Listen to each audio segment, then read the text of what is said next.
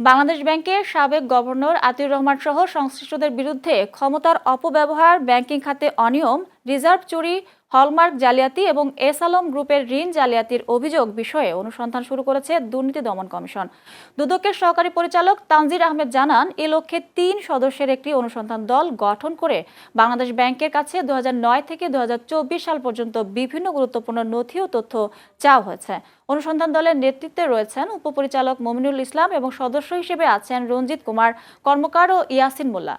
দুদকের দাবি, এসব অভিযোগ প্রমাণিত হলে তা দেশের ব্যাংকিং খাতের দীর্ঘদিনের অনিয়ম ও নীতিগত দুর্বলতার বড় চিত্র প্রকাশ করবে এবং দায়ীদের বিরুদ্ধে কঠোর ব্যবস্থা নেওয়া হতে পারে। জনাব আতিউর রহমান, সাবেক গভর্নর, বাংলাদেশ ব্যাংক ঢাকা সহ অন্যান্যদের বিরুদ্ধে রিজার্ভ চুরি, হলমার্ক জালিয়াতি, এস আলম গ্রুপের ঋণ জালিয়াতি সহ ব্যাংকে ঋণ জালিয়াতির সুযোগ নিয়ে বিগত 15 বছরে ব্যাংক খাতকে ধ্বংস করার একটি অভিযোগ অনুসন্ধানরত রয়েছে। এই সুষ্ঠু অনুসন্ধানের স্বার্থে অনুসন্ধানকারী কর্মকর্তা বাংলাদেশ ব্যাংক থেকে তথ্যপাত্র চেয়ে একটি পত্র প্রেরণ করেছে। এই পত্র বাংলাদেশ ব্যাংকের গভর্নর বরাবর প্রেরণ করা হয়েছে এবং এখান থেকে কিছু ফিডব্যাক পাওয়া গেছে, যা যাচাই বাছাই চলছে।